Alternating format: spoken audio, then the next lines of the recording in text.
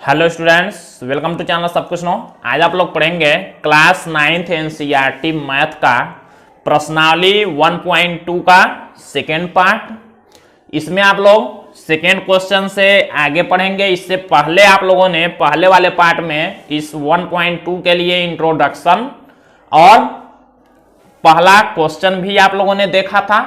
अगर आप लोग चैनल पर नए हैं, चैनल को सब्सक्राइब करिए और वीडियो को लाइक करिए। साथ ही साथ ज्यादा से ज्यादा शेयर करिए ताकि सभी लोग घर बैठे आसानी से ऑनलाइन पढ़ाई कर सकें और उनको पढ़ाई करने में कोई दिक्कत ना हो, क्योंकि आप लोग जानते हैं स्कूल अभी धीरे धीरे खुल रहे हैं लॉकडाउन की वजह से। तो यहाँ आप लोग हमने चैप्टर शुरू किया हुआ है, पूरा एक एक क्वेश्चन आप लोगों को बताएंगे। बस आप लोग ध्यान से इसको पढ़िए, समझिए और जहां जरूरत हो कमेंट करके आप लोग पूछ भी सकते हैं। तो यहां देखिए सेकेंड क्वेश्चन दिया हुआ, क्या सभी धनात्मक पूर्णांकों के वर्गमूल अपरिमेय होते हैं? यदि नहीं तो एक ऐसी संख्या के वर्गमूल का उदाहरण दीजिए जो एक परिमेय संख्या है। देखिए क्वेश्चन क्या कहा है, क्या सभी धनात्मक पूर्णांकों के वर्गमूल। धनात्मक पूर्णांक कौन होते हैं? आप लोगों को हमने बताया था पूर्णांक के बारे में। एक बार यहां पर हम लोग देख लेते हैं। पूर्णांक हमने बताया था, पूर्णांक क्या होते हैं? माइनस वाले संख्याएं, जीरो और धनात्मक संख्याएं मतलब प्लस वाले जो संख्या होते हैं, इन्हीं सभी को मिला के कहते हैं पूर्णांक। इन्हीं सभी संख्याओं को पूर्णांक कहते हैं। लेकिन यहां क्या कहा, क्या सभी धनात्मक पूर्णांकों के, मतलब इन लोगों को नहीं लेना है, केवल ये लेना है। ये वाला केवल होते हैं धनात्मक पूर्णांक। जो 1 2 3 गिनती वाले संख्या है, जो प्राकृतिक संख्या है, ये क्या है? धनात्मक पूर्णांक हैं। तो कहा क्या है कि क्या सभी धनात्मक पूर्णांकों के वर्गमूल, ये जो धनात्मक पूर्णांक हैं, अगर इनका हम लोग वर्गमूल लेते हैं सभी पूर्णांकों के, तो कह रहा है कि वर्गमूल उनके जो होंगे अपरिमेय होते हैं। क्या अपरिमेय होते हैं? जो कह रहा है कि जो धनात्मक पूर्णांक हैं, सभी धनात्मक पूर्णांकों के वर्गमूल अपरिमेय होते हैं। तो यही बताना है कि अपरिमेय होते हैं कि नहीं होते हैं सभी के। अगर आगे आप लोग कहते हैं नहीं, तो बताना है यदि नहीं तो। कह रहा है अगर नहीं कहेंगे तो एक ऐसी संख्या के वर्गमूल का उदाहरण दीजिए जो एक परिमेय हो। जब अगर इन सभी के वर्गमूल अपरिमेय नहीं होते हैं तो एक ऐसी संख्या का उदाहरण दीजिए जिसका वर्गमूल परिमेय हो। तो हम लोग देखते हैं।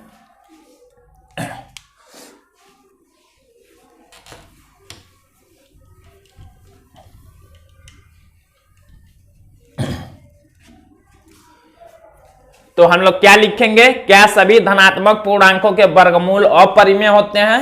नहीं। क्या हम लोग लिखेंगे उत्तर में? नहीं सभी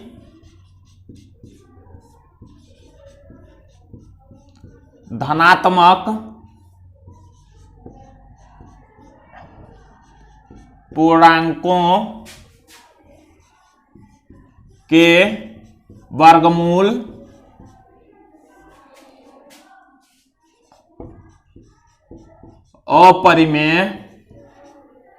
पूर्णांकों के वर्गमूल अपरिमेय नहीं होते हैं। देखिए हमने क्या लिखा, नहीं सभी धनात्मक पूर्णांकों के वर्गमूल अपरिमेय नहीं होते हैं। अपरिमेय मतलब आप लोग जान चुके हैं, जिनको p/q के रूप में न लिखा जा सके तथा q इज नॉट इक्वल 0 हो, जहां p और q पूर्णांक हैं। परिमेय संख्या क्या होता है? जिन्हें p/q के रूप में लिखा जा सके, q इज नॉट इक्वल 0 हो। तो देखिए यहां कह रहा है क्या सभी धनात्मक पूर्णांकों के वर्गमूल अपरिमेय होते हैं? हमने लिखा नहीं, सभी धनात्मक पूर्णांकों के वर्गमूल अपरिमेय नहीं होते हैं, मतलब परिमेय भी होते हैं। तो कैसे? अब कहा कि एक उदाहरण दीजिए, तो हम लोग कोई भी उदाहरण लेते हैं। जैसे मान लीजिए अगर संख्या 4 हम लोग ले लें, 4 क्या है, 1 2 3 4, वो भी 4 भी तो धनात्मक पूर्णांक है। तो अगर हम 4 को लेते हैं, लिखते हैं संख्या 4 का वर्गमूल, संख्या 4 का वर्गमूल ऐसे लिखते हैं, संख्या 4 का वर्गमूल 2 है। देखिए संख्या अगर 4 हम लेते हैं, एक उदाहरण देना है, तो अगर हम 4 लेना, 4 क्या है, धनात्मक पूर्णांक है, तो हमने 4 ले लिया, 4 का वर्गमूल 2 आता है, तो 2 क्या है, परिमेय संख्या है। क्यों?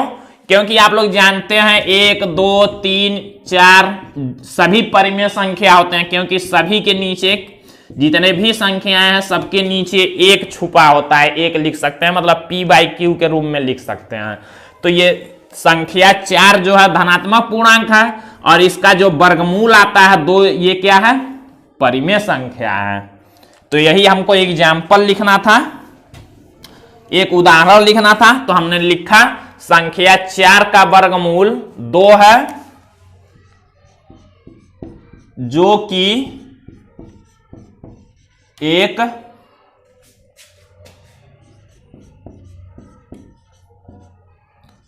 परिमेय संख्या है। संख्या 4 का वर्गमूल 2 है, 2 क्या है, परिमेय संख्या है। तो वही बताना था कि उदाहरण दीजिए जो एक परिमेय संख्या हो, तो हमने दे दिया, बस हो गया, कारण भी हमने बताया। अब हम लोग क्वेश्चन नंबर 3 को देखते हैं। तो देखिए यहां पर क्वेश्चन नंबर 3 दिया, दिखाइए कि संख्या रेखा पर √5 को किस प्रकार निरूपित किया जा सकता है। तो जैसे कि हमने आप लोगों को एग्जाम्पल में √2 को √3 को बताया था हमने निरूपित करना, उसी तरह संख्या रेखा पर √5 को कैसे निरूपित करेंगे। तो इसके लिए हम लोग एक संख्या रेखा बनाते हैं।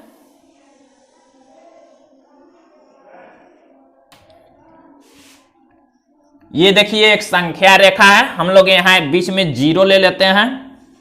0 के दाएं साइड में आप लोग जानते हैं +1 +2 +3 ऐसे संख्याएं होते हैं, बाएं तरफ माइनस वाले संख्या होते हैं, -1 -2 इस तरह से होते हैं। तो हमको √5 को निरूपित करना है, हमने आप लोगों को बताया था उसमें एक इकाई दूरी लेने के लिए। तो थोड़ा सा हम लोग देखते हैं क्या, यहां देखिए 5 है, जो √5 अगर हमको करना हो, √5 को हम लोग क्या लिख सकते हैं, पहले समझेंगे। √5 को हम लोग लिख सकते हैं, देखिए रूट में ही 2 का स्क्वायर प्लस 1 का स्क्वायर। √5 को हम लोग क्या लिख सकते हैं, 2 का स्क्वायर और 1 का स्क्वायर, मतलब रूट में 2 का स्क्वायर करेंगे तो 4 और प्लस 1 का स्क्वायर करेंगे तो 1, अर्थात हो जाएगा √5।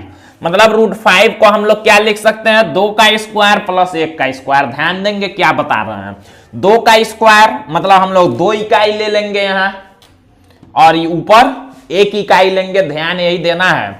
तो हम लोग क्या करते हैं, हमको 2 का स्क्वायर 1 का स्क्वायर चाहिए √5 के लिए, तो 2 मतलब देखिए 0 से और 2 तक का 2 इकाई ले लेंगे हम लोग। तो 2 इकाई, 0 का नाम हमने मान लीजिए रख लिया A, और 2 का हमने नाम लिख लिया B। तो हम लोग क्या करेंगे, अब जैसे हम लोग उस उधर 1 पर लंब खींच रहे थे, तो हम लोग B पर मतलब यहां लंब खींचेंगे। हमने 2 इकाई इसलिए लिया कि हमको √5 को दर्शाना है, तो 2 का स्क्वायर और 1 का स्क्वायर, तो 2 हम लोग ले लेंगे और एक यहां 1 ले लेंगे। तो देखिए 2 इकाई हमने यहां पर लिया, संख्या रेखा पर 2 इकाई, और इसके B पर हमने क्या किया, बिंदु B पर एक लंब खींचेंगे। लंब खींचते हैं, लंब मतलब जो 90 अंश का कोण बनाता हो।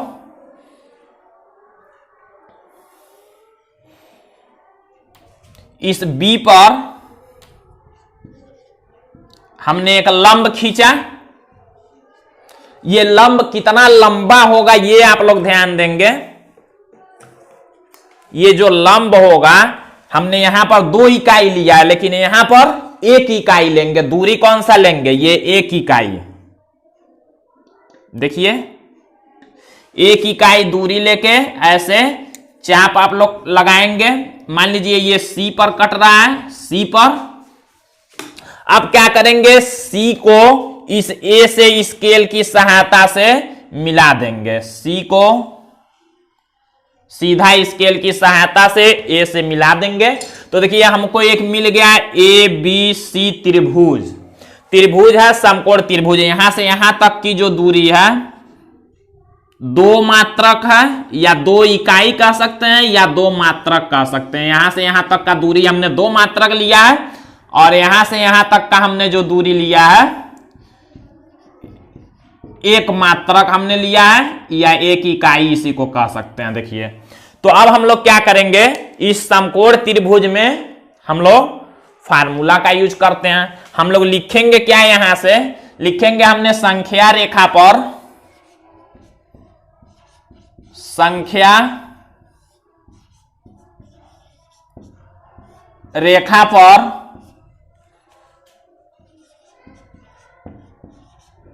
शून्य को बिंदु A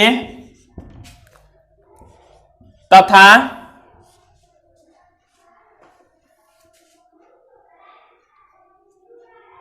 दो को बिंदु B से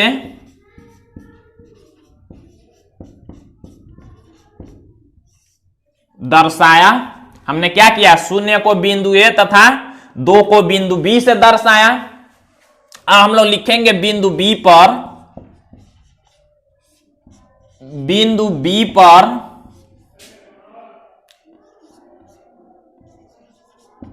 लंब BC बराबर 1 मात्रक, BC बराबर 1 मात्रक खींचा। हमने 1 मात्रक लंब खींचा है। अब क्या किया? हमने C को A से मिलाया, C को A से मिलाया। हमने क्या किया? C को A से मिलाया। अब समकोण त्रिभुज बना। अब यहां से लिखेंगे, इसलिए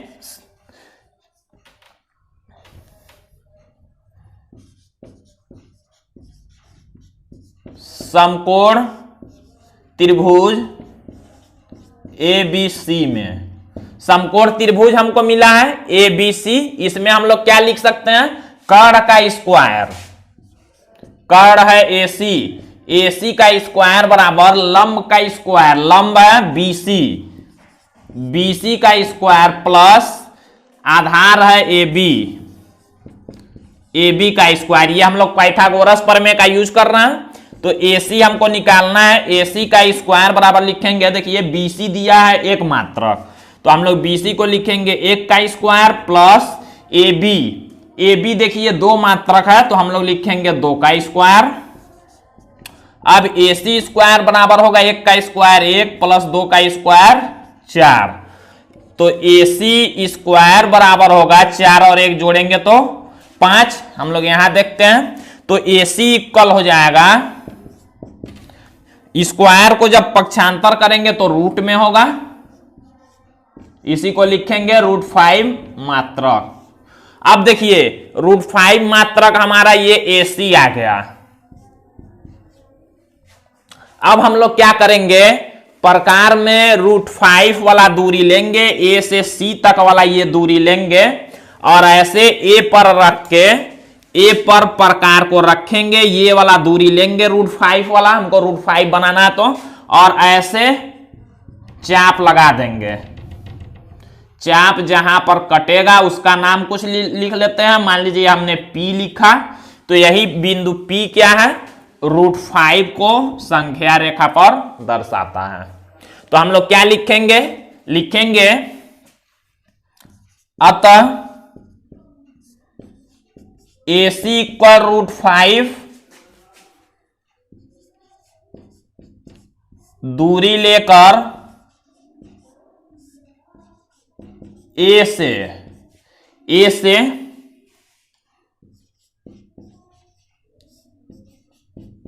एक चाप लगाया जो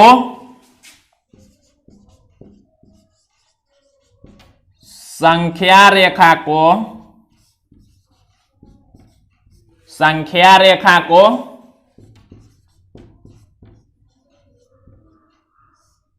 बिंदु P पर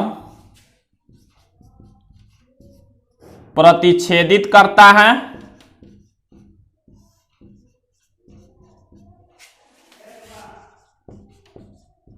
अतः यही बिंदु P √5 को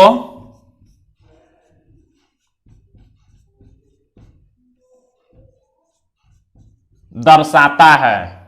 तो इस तरह से देखिए हम लोग √5 को भी आसानी से संख्या रेखा पर दिखा सकते हैं। अब इसमें देखिए इस क्वेश्चन में ये जो 1.2 प्रश्नावली है, इसमें क्वेश्चन 4 दिया है जो कि स्टूडेंट्स को करना है, एक वर्गमूल सर्पिल बनाना है। तो थोड़ा सा उसको देख लेते हैं।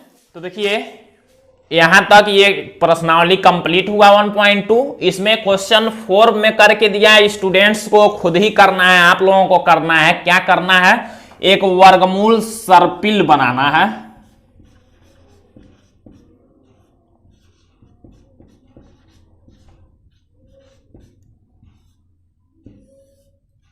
ये कैसे बनेगा थोड़ा सा आप लोग हिंट में देखेंगे। सबसे पहले एक संख्या रेखा खींचेंगे, बीच में 0, इधर आप लोग जानते हैं +1 +2 ऐसे होते हैं, इधर माइनस में होते हैं। वर्गमूल सर्पिल क्या होगा? वर्गमूल वाले संख्याओं को ही संख्या रेखा पर दर्शा के एक ऐसे मतलब गोल में वो होता जाएगा, वही वर्गमूल सर्पिल है। कैसे होगा देखेंगे आप लोग। सबसे पहले क्या करेंगे, 0 से 1 तक का जो है इसको कुछ मान लेते हैं। मान लीजिए यहां हमने a माना, यहां b माना। जैसे संख्या रेखा पर आप लोगों ने वर्गमूल 2 वर्गमूल 3 को दर्शाया, उसी तरह करते जाना। देखिए 0 से 1 तक का जो एक इकाई है, हम लोग क्या करेंगे, इस b पर एक लंब खींचेंगे। b पर लंब खींचेंगे, इस लंब का जो दूरी होगा, एक इकाई ये है तो एक इकाई यहां पर लेंगे। मान लीजिए हमने c ले लिया, c को a से मिलाएंगे। जैसे हमने बताया था √2 के लिए, ये भी एक इकाई दूरी हो गई और ये भी एक इकाई दूरी हो गई यहां से यहां तक का। अब जब क्या करेंगे, हम लोग इसको निकालते हैं। आप लोग फार्मूला जानते हैं। तो ये कितना आया था, √2 आया था। फिर क्या करेंगे, यहां पर हमने बताया था लंब खींचने के लिए, यहां पर लंब, और इसका दूरी भी एक इकाई ही होगा, ये भी एक इकाई दूरी होगा। फिर यहां पर मान लीजिए d हमने ले लिया, d को a से मिला दिया। इसको हमने निकाला था तो ये हुआ था √3 आया था, यहां से ये √3 आया था। अब देखिए फिर से क्या करेंगे, इस d पर भी लंब खींच लेंगे। इस d पर लंब खींचेंगे, यहां पर ये भी दूरी एक इकाई का ले लेंगे। फिर इसको मान लीजिए e मानते हैं, e को इससे मिला देंगे। फिर से √3 और √1 आया। तो देखिए इसको जब सॉल्व करेंगे मतलब ए निकालेंगे, तो ए का स्क्वायर बराबर क्या होगा, इस √3 का स्क्वायर और +1 का स्क्वायर। तो ए स्क्वायर बराबर होगा 3 का स्क्वायर करेंगे तो 3 और +1 का स्क्वायर करेंगे तो 1। तो मतलब ए बराबर हो जाएगा रूट में, स्क्वायर इधर आया, रूट में 3 और 1 4। तो ये हो जाएगा √4। इसी तरह से आप लोगों को पूरा ला के यहां तक मिला देना है, यही काम करना है। फिर क्या करेंगे, अब यहां पर लंब खींचेंगे, एक ऐसे लंब खींचेंगे। ये जो लंब खींचेंगे कितना होगा, यहां से यहां तक का एक ही इकाई दूरी होगा, यहां से यहां तक भी एक ही इकाई। इसको मान लीजिए f मान लिए, f को इससे मिला देंगे, f को मिलाएंगे, फिर ये निकालेंगे f है, पुनः लिखेंगे एफ ए का स्क्वायर इक्वल क्या होगा, 1 का और 4 का लेंगे, √4 का स्क्वायर और प्लस 1 का स्क्वायर। तो देखिए √4 का स्क्वायर करेंगे तो 4 और प्लस 1 का स्क्वायर करेंगे तो 1, तो एफ ए स्क्वायर इक्वल हो गया 5, तो एफ ए इक्वल हो जाएगा रूट में 5, मतलब यहां √5 हो गया। तो √5 को देखिए हमने जैसे बताया इससे पहले उस तरह से भी बना सकते हैं और ऐसे भी, तो ऐसे में काफी बड़ा होगा। अब फिर क्या करेंगे, यहां पर भी लंब खींचेंगे आप लोग, यहां पर लंब खींचेंगे ऐसे, फिर ये भी एक इकाई दूरी लेंगे, ऐसे करते जाना आप लोगों को। तो यही वर्गमूल सर्पिल होगा। तो ये काम स्टूडेंट्स को खुद से करना है, पूरा यहां तक आप लोग बनाएंगे। तो ये एक्सरसाइज 1.2 कंप्लीट हुआ। अगले पार्ट में आप लोग 1.3 और उसका इंट्रोडक्शन देखेंगे।